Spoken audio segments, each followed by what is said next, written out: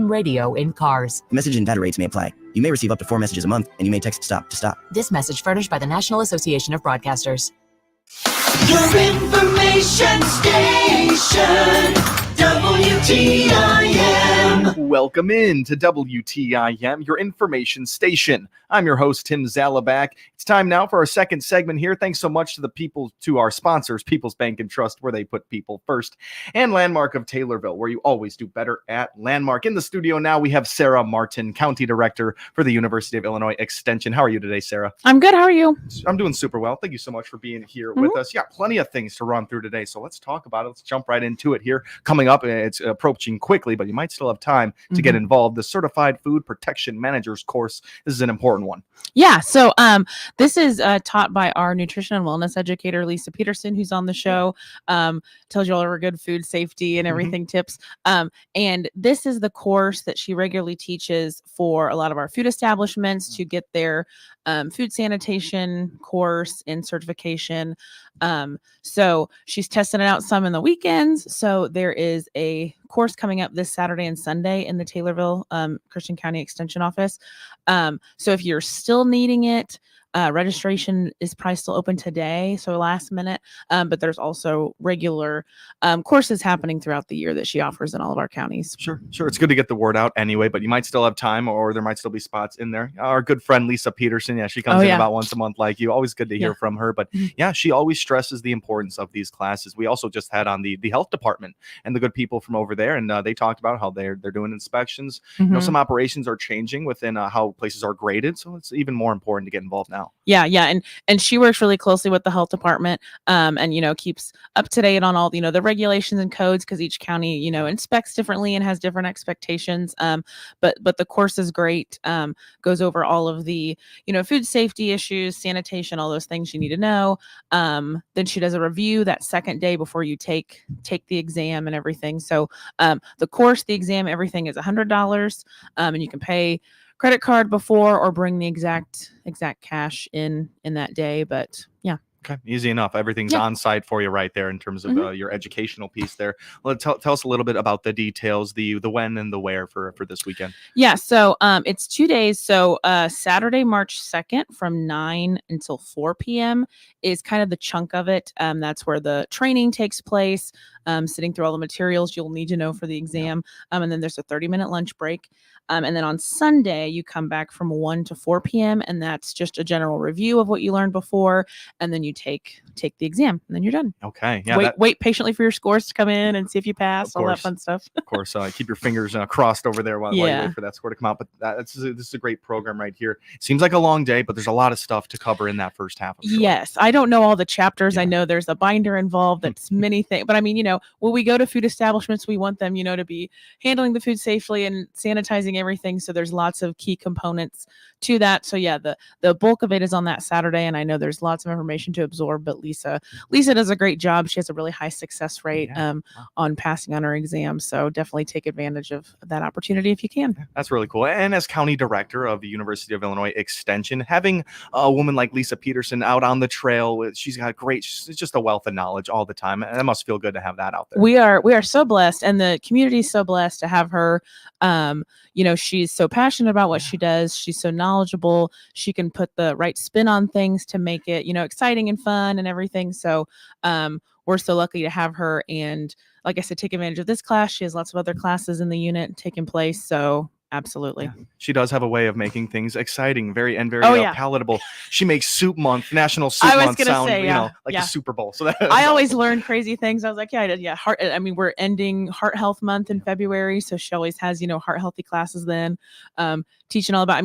I learned little bits and details from the certified food about, the temperatures, things need to be stayed at, what the most common, like parasites or bugs or insects or something that are around. So always something to learn in food science and food safety. Yeah, absolutely. It's just awesome. Talking about the Certified Food Protection Managers course happening this weekend. You got to visit the website, find out if there is still options there to get involved. And that website people can go to find out if they can get involved in that. Yeah, the easiest way, I just Google Illinois Extension Christian County.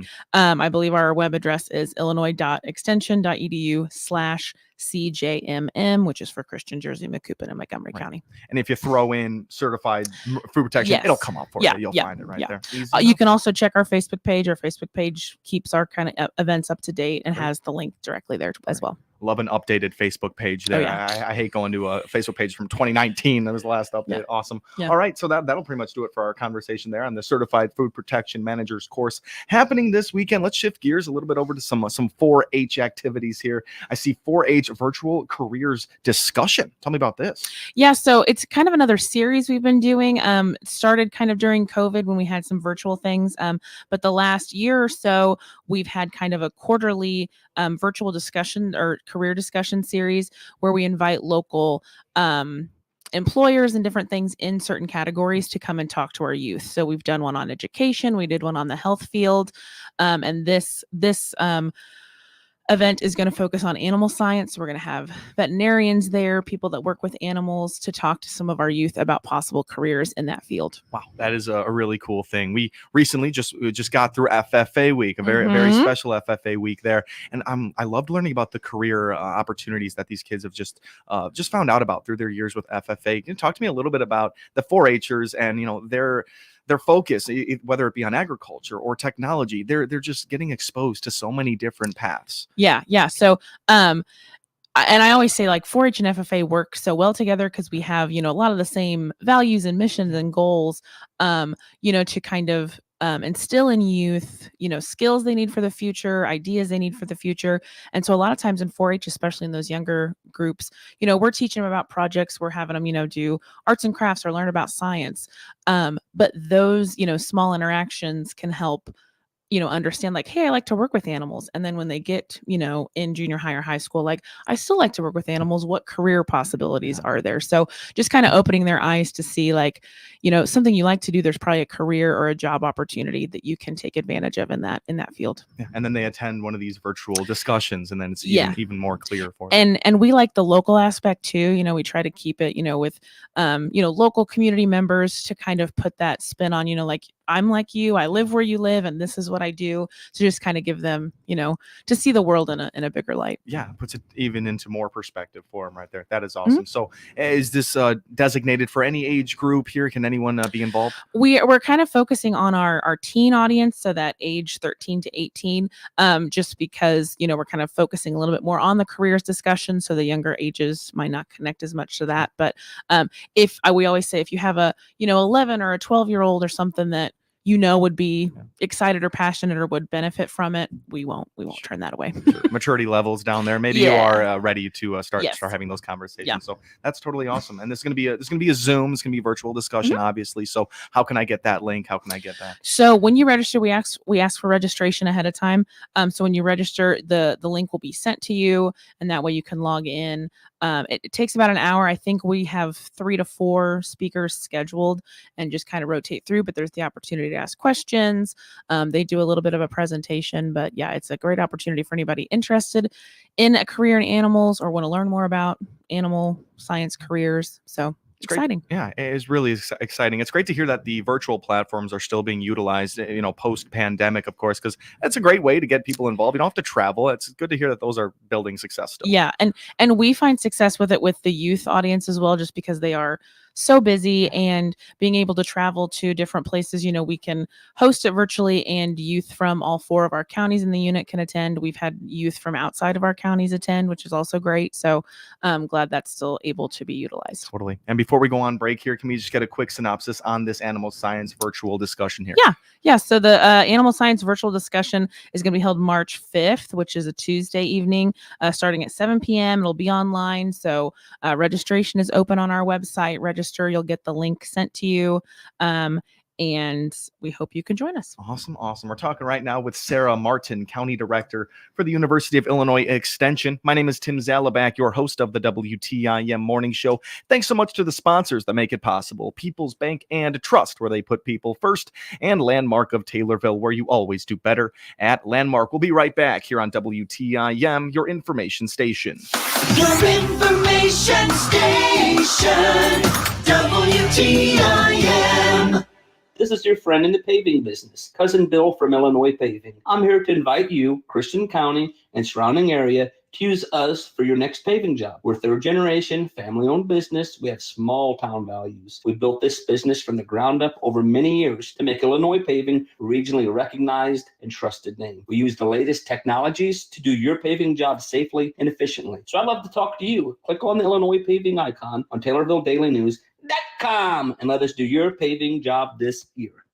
I'm Will Perkins, President and CEO of the Taylorville Community Credit Union. TCCU is proud to be the exclusive sponsor of the Miller Media Group Community Spotlight, allowing a different nonprofit organization to be highlighted on WTIM, WMKR, and WRAN each month. Hey, what has 7,000 square feet, hundreds of items that are over 100 years old, and over 700 framed pictures on its walls and free admission? Why, the Christian County Coal Mine Museum, that's what. This is Chuck Martin, Executive Director, inviting you to come see what our museum has to offer. Our address is 1324 East Park Street in Taylorville, and our hours are Tuesdays, Thursdays, and Fridays from 10 a.m. to 2 p.m. or by appointment at 217-526-4408. This is Cammie Payne, General Manager of the Miller Media Group. We, along with TCCU, are proud to bring you the Community Spotlight each month. TCCU is proud to be the exclusive sponsor of the Miller Media Group Community Spotlight. Come join us. You'll wonder why you waited. Member NCUA.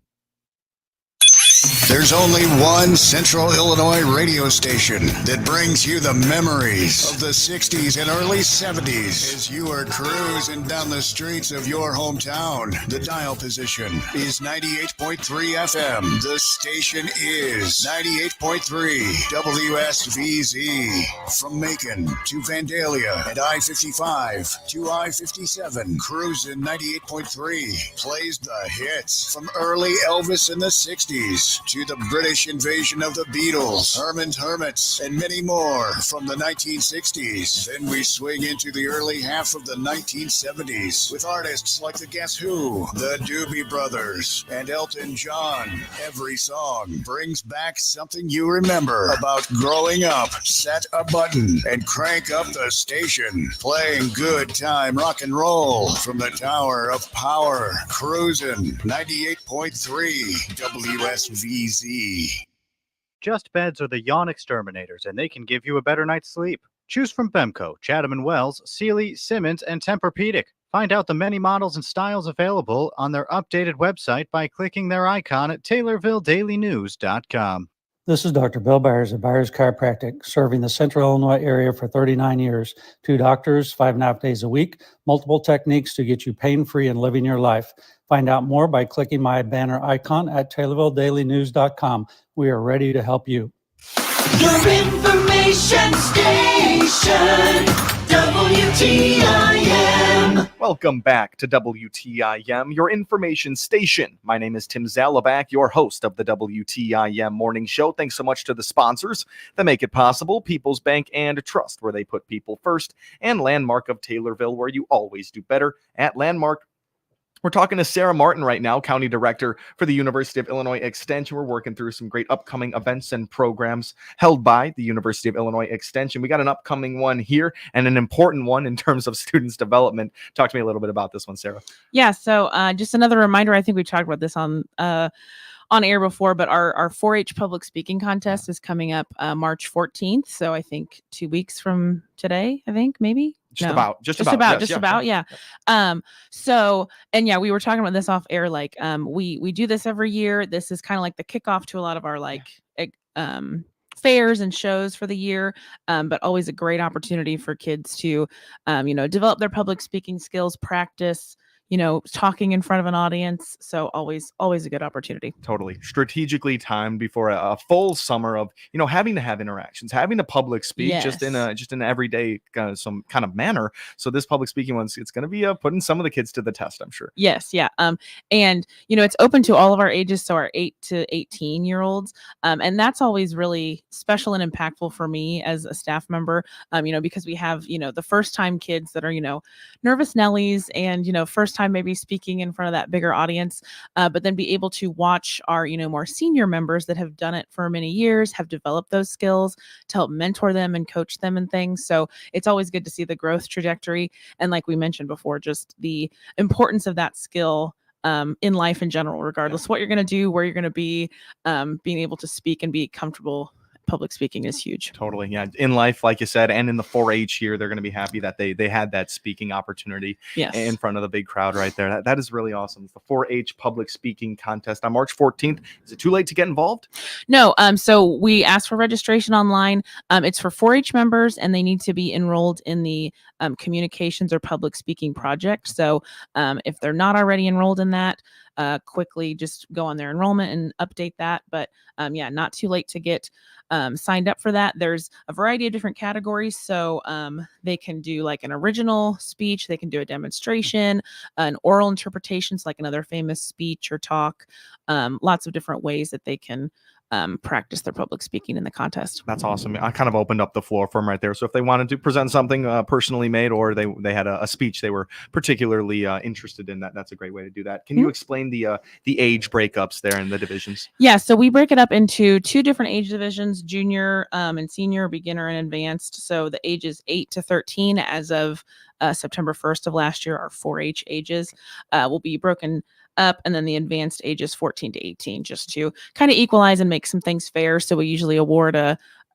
best overall in each of those age divisions. We have some that get selected to go on to the state public speaking contest in late April, and that's always exciting to see them take those skills onto the state level and compete there as well. Absolutely. Super awesome there. And the place that people can go to for more information and registration on this one? So same as some of our other registrations on our website, you can also find information on our Facebook page. It's posted there, so the link will take you. And if you have any questions, call our office. We can get you signed up. Perfect. That's Sarah Martin right there talking about the upcoming 4-H public speaking contest. I'm sure a couple of kids right now are actually nervous about that upcoming, if they are already involved in it. Yeah. Probably already got that circled on the calendar. This is the public speaking day, so that's very exciting. For our final program, we're going to talk about today. This is another important one for 4-Hers out there, and if they're not in communications, maybe they're showing livestock, and if you're showing livestock, you got to know the right things. So talk to me about this one. So I think the 3rd or 4th year we've been doing this, the YQCA training, which stands for the Youth for the Quality Care of Animals. It's a requirement for all of our livestock exhibitors to take this training every year and get re-updated. So that includes our people showing beef animals, swine, sheep, and goats. So any member that falls in that category needs to take the YQCA training every year. You can do it online, but we're also offering an in-person training on on April 13th. Great. So you said that you had handled this program in the past. Yes. Yeah. So when I was the youth development educator before being county director, this was always one I would teach and help work with. And we were talking off air, like this is usually for a lot of the kids that are already in livestock and are caring for their animals. But each time they still learn something that they can take home, like, oh, I guess I didn't realize, my animal, needed so much, food or something to be energy efficient, or a safer way of handling their animals to keep them and others safe. We talk about food safety when their animal enters the food supply and how we keep that safe. So lots of little takeaways, even though they work with their animals every day. Sure. With the in-person version of the YQCA training, will there be a live livestock animal involved there? We haven't in the past, just because of where we've had the location. We do some hands-on training with it. So we have in the past done some different activities that are hands-on. We've been able to do some simulated injections, if you've seen with bananas and injecting into oranges and things like that. So so far no live animals, but who knows, Jessica might bring an animal in, we don't know. So that'd be awesome. That is really cool. The YQCA training, they got to do this every year. Correct. Yeah, it's the same kind of overarching things like animal care, food safety, food handling, things like that. But the specifics each year change. So that's why every year they get kind of recertified, make sure they're keeping up to date, and we can just check off that we have given them that information. It's a lot of responsibility once again, and as those rules just continue to change, it's a lot to keep up on everybody's end there. So that's really awesome. Just the places people can go for YQCA training, I have a feeling you can find it at the CJMM, of course, but correct. Yeah. And on our Facebook pages, call our office. It'll be in the newsletters when it comes out. So Lots of ways to find it. Awesome. Sarah, thank you so much for taking the time being here with us today. Thank you very much. Absolutely. That was Sarah Martin, County Director for the University of Illinois Extension. All the programs and events, you can find those on the Christian County Illinois Extension, CJMM. You'll find it by throwing in a combination of those words out there. Google's good. Of course, all Google's great. My name is Tim Zalabak. Thank you so much for all listening to the WTIM Morning Show. Thanks so much to the sponsors, People's Bank and Trust, where they put people first, and Landmark of Taylorville, where you always do better at Landmark. You are listening to WTIM, your information station. With SRN News, I'm Rich Thomason.